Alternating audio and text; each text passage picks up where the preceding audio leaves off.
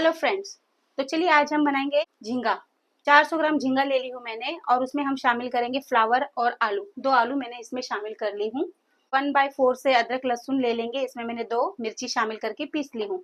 और मसालों में ले लेंगे 1 टेबल स्पून से मिर्ची और धनिया पाउडर, हाफ टी स्पून से ले लेंगे हल्दी, जीरा काली मिर्च का पाउडर, गरम मसाला। 2 प्याज हम ले लेंगे, 2 टमाटर ले लेंगे और गार्निशिंग के लिए थोड़ी सी हरी धनिया ले लेंगे।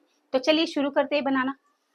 2/3 से हम तेल शामिल कर देंगे। फिर कांदा सौते करने के लिए तेल में शामिल करना है। कांदा सौते हो जाएगा, उसके बाद में हम सारे मसाले शामिल कर देंगे। कांदा इतना ही हमें सौते करना है, उसके बाद में जितने मसाले थे अदरक लहसुन सब धनिया मिर्ची हम शामिल कर देंगे। मसाले हमने सारे शामिल कर दिए, नमक शामिल कर दिए इसमें हाफ टी स्पून से। अब हम झींगा भी शामिल कर देंगे क्योंकि झींगे का पानी निकलेगा और मसाला दोनों एक साथ होते जाएगा। मसाला भी कच्चा है तो वो भी भूनते जाएगा और इसका पानी भी निकल जाएगा झींगे का।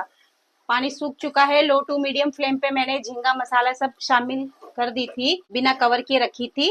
10 मिनट हो गए हैं, पानी सूख चुका है, टमाटर का, झींगे का, मसाला भी भून चुका है। अब हम इसमें सब्जियां शामिल कर देंगे। तो चलिए सब्जियां शामिल कर देंगे। सब्जियां हमने शामिल कर दी है, कर देना अच्छी तरीके से। इसके बाद में हम सिम पे इसे स्लो करके रख देंगे जब तक के सब्जियां गलती नहीं है। 15 मिनट स्लो मैंने रखी थी सिम पे। आलू भी गल चुका है, फ्लावर भी गल गया है। हमें फ्लावर गलाना भी है बट उसे साबुत भी रखना है, मैश नहीं करना है। चले करते हैं डिश आउट आपको दिखाने के लिए।